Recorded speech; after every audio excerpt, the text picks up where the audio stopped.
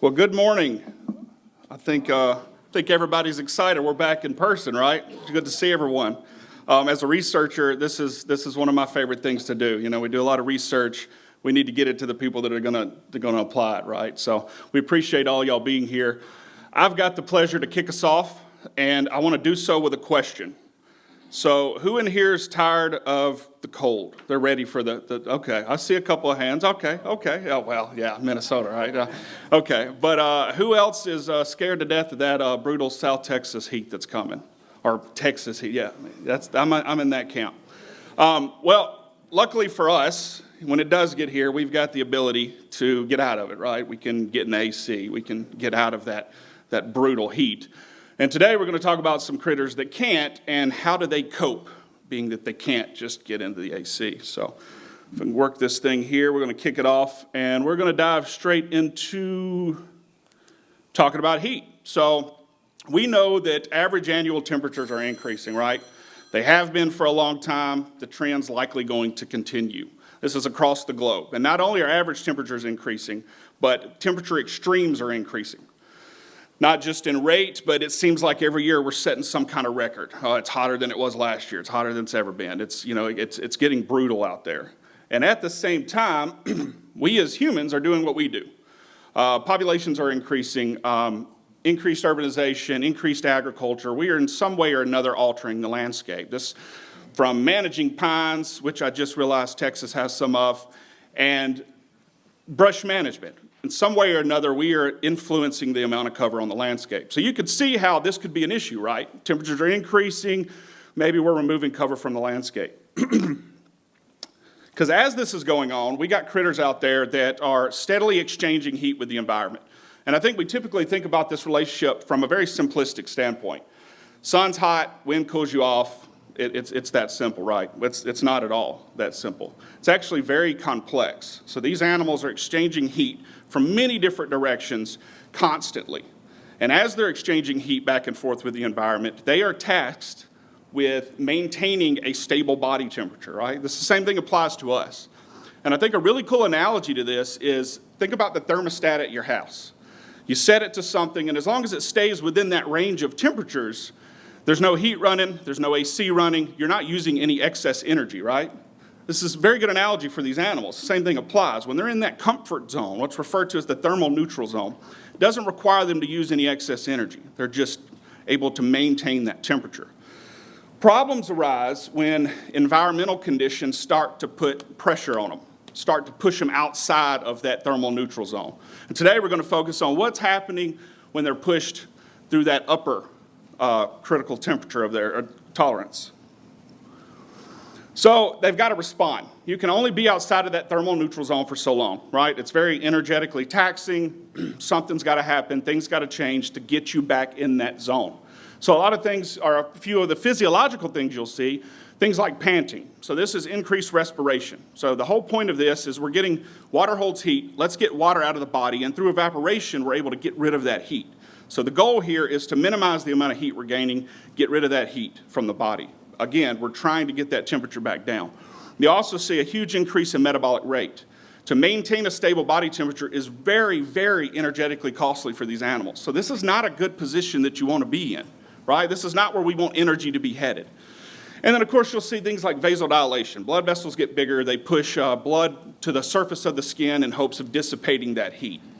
The problem with these physiological responses are they're very costly to the individual.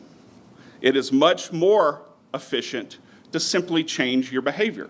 So maybe when it's really hot outside, let's be a little less active, right? Or change your body orientation. So you're absorbing less of the heat from the sun, or change your body orientation so you're exploiting the wind, that convective cooling of the wind. And then I think what we typically think of, the obvious one, is get in the shade, right? And if to put this into human perspective, we're having this conversation outside, say it's a little warmer and the sun's out. Well, we can huff and puff on each other, and we can sweat, and we can let our bodies battle it out, or we could simply change our behavior. And there's been a lot of research, especially in the animal science community, at how effective shade can be on alleviating this heat stress. These animal scientists are tasked with needing to keep a lot of typically weaker domestic animals alive and hopefully stress-free in smaller areas, right? So they've actually done a lot of this stuff with cattle and pigs and other things and found that just by getting into the shade, you can reduce the amount of radiant heat gain by 30%.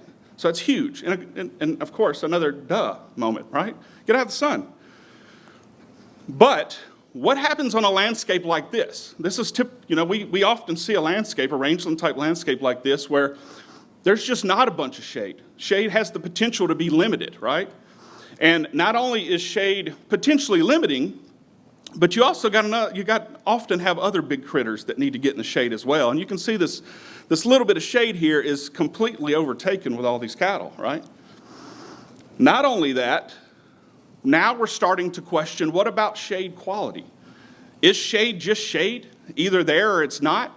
Well, we're starting to do some research that says that's not the case whatsoever. Shade is not shade. For instance, this on the left, you see these birds. If you can see that, there's birds hiding in the shade of these vehicles. There's no sunlight getting through that shade. I mean, it is really good shade. The Ford does a little better than the Chevy, but it's really good shade. But you see this guy on the right. This is a grizzbok, if you didn't know that. I didn't know that. But this animal it's probably cooler, right, than standing in direct sunlight. But you still see there's sunlight getting through there, and with sunlight, there's heat getting through there. So maybe this animal is cooler, but it's hard to believe that these two qualities of shade are the same and are having the same influence on these animals. Actually, as a complementary study, we're doing some work in the captive facility where we're able actually to change the quality of shade and then let these animals choose what they are wanting as far as shade quality goes as temperature is fluctuating. And we're seeing that up until 85 degrees, shade is shade. They just needed a little bit of shade, right? But at 85 degrees, you see this clear distinction to where they're actually altering their behavior to select these areas that are offering better shade, a higher quality of shade.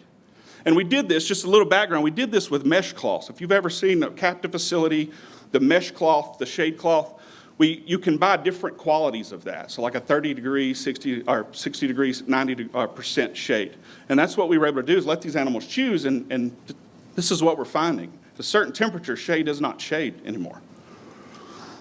So with all of that coming together, we, of course, want to apply this to the field. We want to do some field research and look at how this is happening. So we came up with 3 objectives. We wanted to evaluate deer and cattle resource selection. I think that was the most basic thing, right? We know these animals are on the landscape. Let's see if they're using it the same way. We also wanted to investigate that potential for deer-cattle competition. Are these animals, how's this playing out? Midday, are they out there, deer and cattle fighting to see who gets the shade? How's that happening? And then also we wanted to monitor temperature fluctuations across the landscape. So again, we're saying that shade is not just shade, right? So let's identify landscape features. Let's see what's providing that high quality shade versus maybe that shade that's not so good. So luckily we had an excellent place to do this. This is the East Foundation's El Sal's Ranch. This is near Port Mansfield, about 27,000 acres. And you can see that this northeast corner here, which is where we're going to focus, you don't see a lot of green. And that green is cover. That's brush, that's woody cover. So we've got this rangeland type area in the northeast. And if you're not familiar with this ranch, that actual northeast is butted up to the Gulf. So we're on the coast right there, and then we're in that rangeland setting with very limited woody cover. So, spring 2019, we got the helicopters out. We started chasing critters, and we got 30 deer collars out. 15 on male, 15 on female, and we got 10 cattle collars out. These collars are telling us where these animals are every 30 minutes. So we got a huge data set, right? So first thing we had to do, we got 27,000 acres. That's a pretty large study area. So we could bring it down a little bit, right? So we monitored these deer locations for a couple of months, and we said, okay, well, we know this is where these animals are hanging out. Let's encapsulate 95% of those points and say that's our study area. And so that's exactly what we did. So these are actually individual animals, and you can see again right there on the coast, that's water in the northeast corner there. And again, compared to that northwest corner, that green is woody cover. So you're not seeing a lot where we're focused, which is great for this project. So one important thing about evaluating the effects of temperature on animals is recording temperature. That's something we had to have, right? That's an important part of it.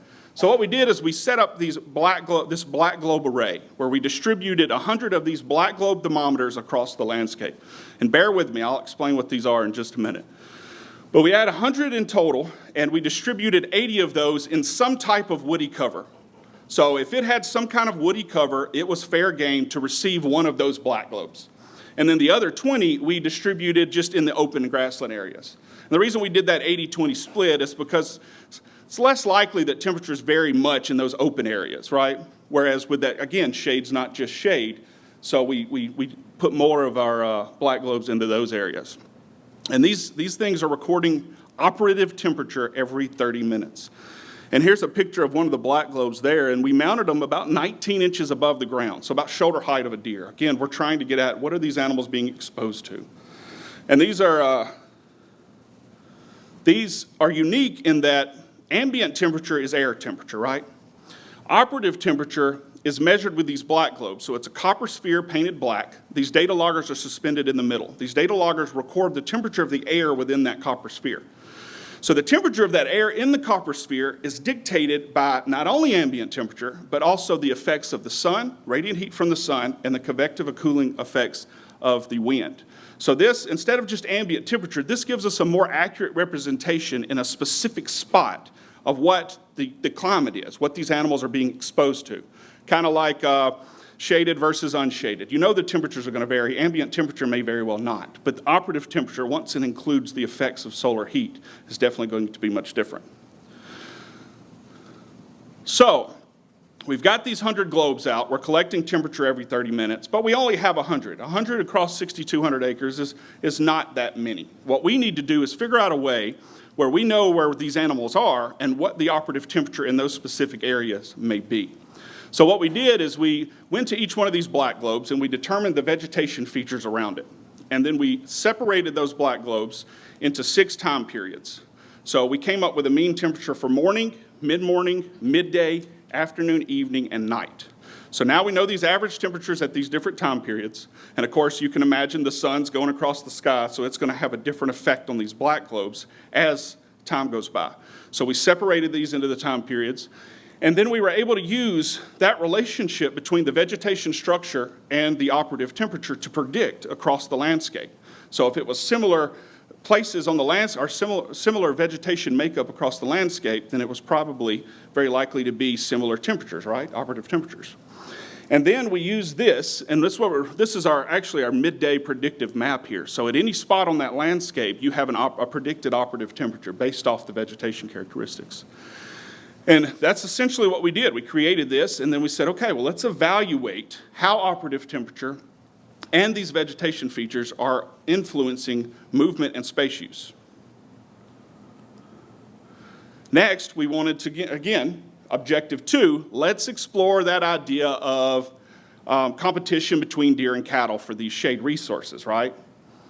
So the way that we did that is we selected one individual deer, one individual cow. We said, okay, let's look at the overlap. And we selected them based off of overlap. We knew that these individuals were using the same area. So we selected these and we said, okay, well, let's compare distances of paired points. So every 2 hours, let's compare the mean distance that these animals are from each other.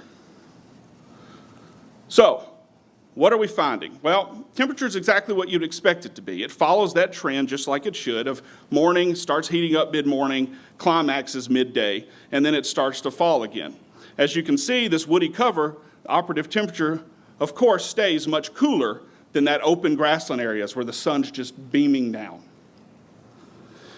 So if we start to look at our models here, so this looks a little busy, but it's actually very simple. So this part of the left here, that red dotted line is grassland. So what we did is we said, okay, we want to see how these individuals are using woody cover based off of the comparison to grassland. So if it's above that red line, then it means they were selecting woody cover more often than they were selecting those grassland areas. If it's below, it's the directly opposite. They were actually avoiding the woody cover and selecting for the open grassland areas.